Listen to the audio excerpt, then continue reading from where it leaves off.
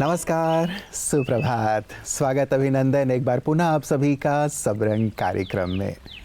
मित्रों, द्वादश ज्योतिर्लिंगमों की सुंदर यात्रा हम कर रहे हैं। पूरे भारतवर्ष में ये द्वादश ज्योतिर्लिंगम फैले हुए हैं, जो पूरे भारतवर्ष में ही नहीं अपितु समूचे संसार में ही श्रद्धा, भक्ति, भावना का सुंदर प्रचार और प्रसार करते हैं। क्योंकि जहाँ कहीं भी लोग यहाँ जाते हैं या फिर इसकी चर्चा करते हैं तो मन में एक सुंदर सा भाव परमात्मा के लिए पैदा होता है, जिनके लिए हम हमेशा कहते हैं त्वमेव माता च पिता त्वमेव, कि परमात्मा आप ही हमारे संसार हैं, सर्व संबंधी हैं। तो मित्रों, आज के सबरंग में हम इसकी चर्चा ज़रूर करेंगे कि हम ईश्वर को सब कुछ हो आप ये कहते हैं, माता भी हो, पिता भी हो, सब कुछ हो, लेकिन क्या वो नाता हमने उनसे जोड़ा है?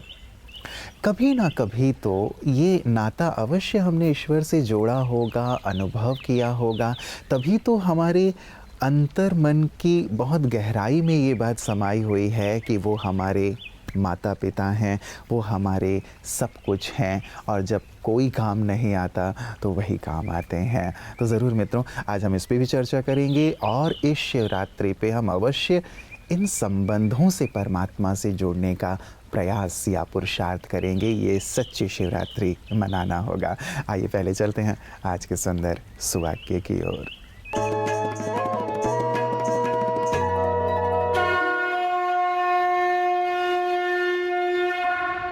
जब आत्मा अहंकार, प्रतिस्पर्धा और वैर भाव से भर जाती है, तब अशांति, दुख और अज्ञानता उसका स्वभाव बन जाता है।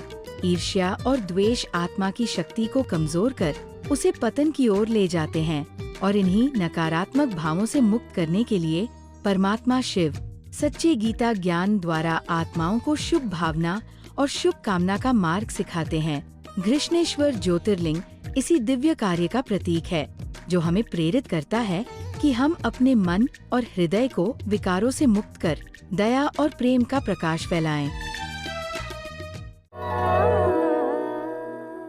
सचमुच वो हमारे अविनाशी माता पिता हैं, क्योंकि शरीर के माता पिता तो हमारे इस जन्म के हैं, और जैसे ही हम देह का त्याग करेंगे, अगले जन्म में जाएंगे तो हमारे माता पिता बदल जाएंगे, और ये क्रम चलता रहता है। अर्थात हमें कई माता पिता प्राप्त होते हैं देह के आधार पर, लेकिन आत्मा के नाते से परमात्मा जो ज्योति स्वरूप हैं वो हमारे सच्चे माता पिता हैं। और जब हम उन्हें इस नाते से याद करते हैं, तो जैसे माता पिता यहाँ जब हमारे सिर पर होते हैं, उनका साथ होता है, तो हम कितने निश्चिंत होते हैं, हर्षित होते हैं, और माता पिता हमारा ख्याल रखते हैं, हम भले ही कैसे भी हों। परमात्मा से भी जब इस रूप से हमारा नाता जुड़ता है मित्रों, तो सचमुच वो हमारा ख्याल रखने लगते हैं, वो हमारी देख रेख करने लगते हैं, और साथ ही जैसे पिता का सब कुछ उनकी प्रॉपर्टी बच्चे का होता है, वैसे ही परमात्मा जो सुख के, शांति के, आनंद के सागर हैं, उनका ये सुख, शांति, आनंद का जो अविनाशी खजाना है वो भी हमें प्राप्त हो जाता है। तो आएं हम उन्हें माता पिता के रूप से याद करें, उनसे ये नाता जोड़ लें, तो जीवन में सुख, शांति, आनंद, प्रेम इनका कभी अभाव नहीं रहेगा। ओम शांति फ्रेंड्स। दोस्तों, हम जो अभी बात कर रहे हैं वो डायबिटीज़ और अन्य लाइफस्टाइल जो जनित बीमारियां हैं, जैसे ब्लड प्रेशर है, हार्ट की बीमारी है, एसिडिटी है, अस्थमा है, पेट की बीमारियां, तो उनके लिए भी बहुत ये उपयुक्त है जो भोजन की बात हम कर रहे हैं दोस्तों। और इसमें जैसे लंच की हमने बात की, ये हमेशा देखें, लंच हमेशा जब ब्रेकफास्ट, लंच या डिनर या फ्रूट्स खाना है तो आप सोल कॉन्शियस स्थिति में खाएं, अपने को आत्मा समझ के भोजन अपने शरीर को दे रहे हैं आप, इस फीलिंग में, और साइलेंस में खाना खाएं। जैसे आपने लंच कर लिया, लंच करने के बाद आप 5 मिनट वहाँ बैठें, ब्रेकफास्ट करने के बाद 5 मिनट बैठें, तुरंत उठ के नहीं चलना चाहिए। और फिर जैसे आप फिर ब्रेकफास्ट, लंच के 2 घंटे बाद लगभग आप फ्रूट्स ले लें, एक हेल्पिंग ऑफ फ्रूट्स, जो भी सीजन का फ्रूट है, 300-400 ग्राम लगभग fruit, usually water containing fruit, पपीता जैसे है, या खरबूजा है, या तरबूज है, इस तरह के फ्रूट्स ज़्यादा मात्रा में। अगर और कुछ नहीं तो सेब भी दोबारा ले सकते हैं। और उसके बाद चपाती, सब्जी, चपाती और सब्जी, एक या 2 चपाती, वही गेहूँ चने की बनी रोटी, और साथ में एक सब्जी, घिया, तोरी, टिंडा, या जो भी सीजनल वेजिटेबल्स हैं, परवल वगैरह जो भी आते हैं, उनकी सब्जी बना करके ले सकते हैं। दोस्तों ये आपका डिनर हो गया। इसमें भी आपको 5 मिनट बैठना है और फिर आराम से आप एक्टिविटी कर सकते हैं। और उसके बाद इसके पहले, डिनर के पहले आप हो आधा घंटा इवनिंग स्ट्रोल जरूर कर लें। सुबह हमने 45 मिनट से इवनिंग ब्रिस्क मॉर्निंग वॉक की थी और शाम को सोल कॉन्शियस स्थिति में इवनिंग वॉक कर लें दोस्तों। और रात को सोने के पहले 1 कप दूध पी लें तो बहुत अच्छा है, जिससे आपके अंदर सेरोटोनिन होता है, नींद अच्छी है, नींद की क्वालिटी अच्छी होगी। तो इस तरह की आपकी अगर दिनचर्या आप करते हैं तो आपकी बहुत अच्छा। और सोने के पहले आप जरूर याद रखें, अगर आपको कोई भी लाइफस्टाइल डिजीज़ है, डायबिटीज़, ब्लड प्रेशर ऐसी कोई बीमारी है, तो सोने के पहले लेटर लिखना बहुत ज़रूरी है, क्योंकि ये सभी बीमारियाँ स्ट्रेस इनमें ग्रेट रोल है, स्ट्रेस का बहुत बड़ा रोल है।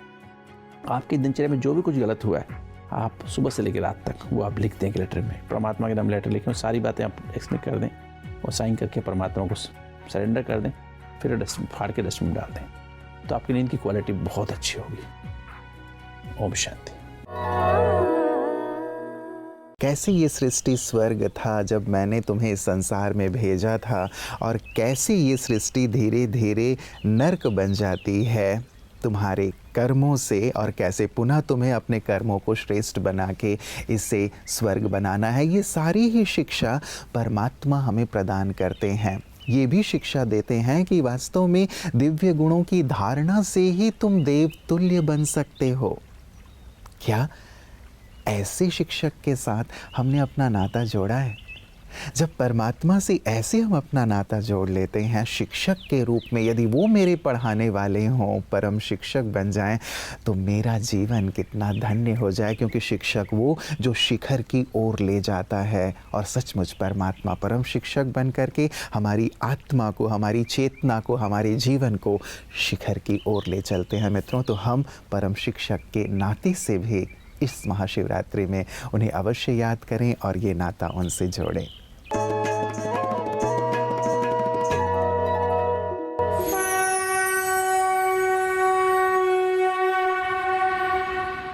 कृष्णेश्वर महाराष्ट्र में दौलताबाद के पास एलोरा में स्थित है। यह भारत का सबसे छोटा ज्योतिर्लिंग मंदिर है। वर्तमान मंदिर का निर्माण इंदौर की रानी अहिल्याबाई होलकर ने 18वीं शताब्दी में मुगल साम्राज्य के पतन के बाद किया था।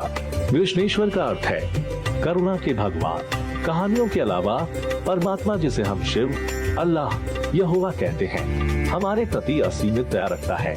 बहुत से लोग शिकायत करते हैं कि यदि शिव दयालु हैं, तो वे हमारी सभी समस्याओं का समाधान क्यों नहीं करते। खैर, अब हम जिन समस्याओं का सामना कर रहे हैं वे हमारे अपने अतीत के कर्मों का परिणाम है, और शिव अपने असीमित विवेक से सच्चे आध्यात्मिक ज्ञान की शिक्षा देते हैं ताकि हम अपने बुरे कर्मों से मुक्त हो जाएं। ईश्वरीय ज्ञान का पालन करके मनुष्य को देवता के स्तर तक उठाया जा सकता है। करुणा का सबसे बड़ा कार्य है कलयुग को सतयुग में बदलना, जो केवल शिव ही कर सकते हैं। आइए शिव द्वारा दिए गए ज्ञान में गहराई से उतरें और इस शिवरात्रि को एक संपूर्ण तरीके से मनाएं।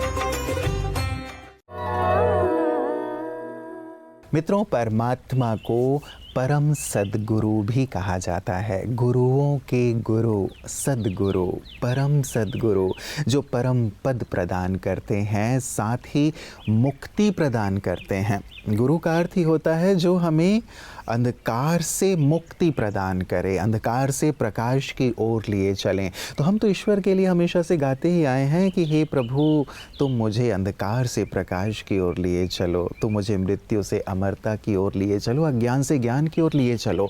ये उनका दिव्य कर्तव्य है मित्रों, कि वो आकर के इस सृष्टि पर हमें ऐसे अंधकार से उजाले की ओर लिए चलते हैं, अपना वरदान प्रदान करते हैं कि तुम विजयी हो, तुम अमर हो, तुम अपने जीवन को उज्जवल कर लो, और इसमें मेरा आशीष हमेशा तुम्हारे साथ है।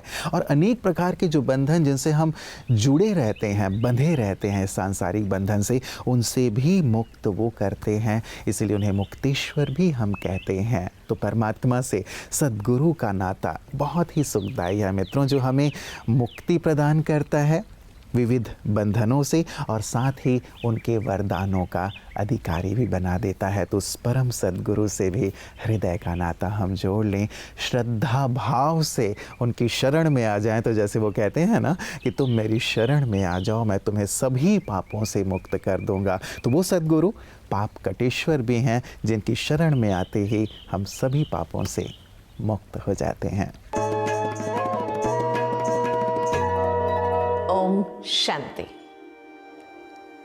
ईश्वरः सर्वभूतानां हृदयेषु तिष्ठति, भ्रामयन् सर्वभूतानि यंत्रारूढ़ानि मायया। परमात्मा के इन महावाक्य कितने अर्थपूर्ण हैं। मानव शरीर में एक आत्मा है, उस आत्मा के अंदर मन बुद्धि संस्कार है। आत्मा के संस्कारों में आत्मा के अनादि स्वरूप छिपा हुआ है। परमात्मा और आत्मा के अनादि गुण एक ही हैं। परमात्मा गुणों का सागर है तो हम गुणों के स्वरूप है। तो परमात्मा के गुण हम सभी के हृदय में यानी आत्मा में वास करते हैं। परमात्मा सभी के अंदर अपने गुणों को रखा है। इन गुणों के आधार से मानव जीवन चलता है, लेकिन इस पूरी सृष्टि को चलाने वाला स्वयं परमात्मा है। तो हमारे हृदय में बसे हुए परमात्मा के इन गुणों को समझते हुए देह के अभिमान वश अवगुणों को अपना मानकर जो चल रहे हैं, उनसे मुक्त होने के लिए थोड़ा सा अंदर देखना है। क्या करना है? हमें अपने अंदर देखना है, अपने अंदर छिपे हुए समाये हुए परमात्मा के गुणों को और आत्मा के मूल स्वधर्म को पहचान कर मानव सृष्टि अच्छी तरह सुललित रूप से सुचारू रूप से चले, इसके लिए हमें अपने योगदान देना है कि हमें गुणवान बनना है। अपने अंदर के गुणों को देखना है। ईश्वर स्वरूप या ईश्वर का गुण स्वरूप जो हमारे अंदर में है, उस गुण स्वरूप को पहचान कर ईश्वर बाप के समान हमें बनना है। जीवन एक यात्रा है। इस यात्रा के दौरान कभी ईश्वर का साथ ना छूटे, इसका हमें लक्ष्य रखना है। ओम शांति। मित्रों, यूं तो हर रिश्ते नाते परमात्मा के साथ हमारे हैं। जैसे देह के रिश्ते हैं, वैसे ही आत्मा के सर्व रिश्ते परमात्मा के साथ हैं और उनका सुख आनंद अभी लिया जा सकता है। अभी, क्योंकि हम एक बहुत ही सुंदर काल से गुजर रहे हैं मित्रों, जिसे संगम युग कहा जाता है। कलयुग जा रहा है और सतयुग आ रहा है, और इसके बीच का जो ये काल है संगम का, परमात्मा ही आकर इस कलयुग को सतयुग में तब्दील कर रहे हैं। तो हम अपने सारे रिश्ते नाते उनसे जोड़ करके उनके इस महत्वपूर्ण कार्य में भी अपना योगदान दे सकते हैं। जाते जाते मित्रों, एक और रिश्ते की बात मैं ज़रूर करता जाऊंगा आपसे, जो परमात्मा से हम जोड़ें, और वो है सखा का रिश्ता। अर्जुन और श्री कृष्ण की बात हो, या सुदामा श्री कृष्ण की बात हो, या भक्तों और भगवान की बात हो, तो सखा भाव एक बहुत ही अनन्य भाव है। सखा भाव जिसमें हम बहुत ही महफूज अनुभव करते हैं, अपने कार्यों में सफलता का अनुभव करते हैं, और ये अनुभव करते हैं कि जब वो मेरे साथ हैं तो मेरे लिए सब कुछ सहज है, सरल है, नामुमकिन कुछ भी नहीं है। सचमुच ईश्वर हमारे सखा बनकर हमें हर दुविधा से निकालते हैं, हमारे जीवन को आनंद से सराबोर कर देते हैं। सुदामा की तरह भले हम दीनहीन हों, लेकिन हमें अपना सब कुछ प्रदान करके हमारे जीवन को बहुत ही उजाले से भर देते हैं। तो मित्रों, इन संबंधों को अवश्य इस शिवरात्रि में परमात्मा शिव से जोड़ें और एक नई अनुभूति की ओर चलें, एक नई यात्रा की ओर चलें, एक आध्यात्मिक यात्रा जो जीवन को पूरी तरह प्रकाशित कर दे, खुशहाली से परिपूर्ण कर दे। इन्हीं मंगल कामनाओं के साथ आज के लिए दीजिए इजाज़त। कल पुनः आपसे मुलाकात होगी, क्योंकि कल महाशिवरात्रि का पर्व है। तो एक विशेष एपिसोड के साथ हम आपके सम्मुख उपस्थित होंगे। नमस्कार। ओम शांति।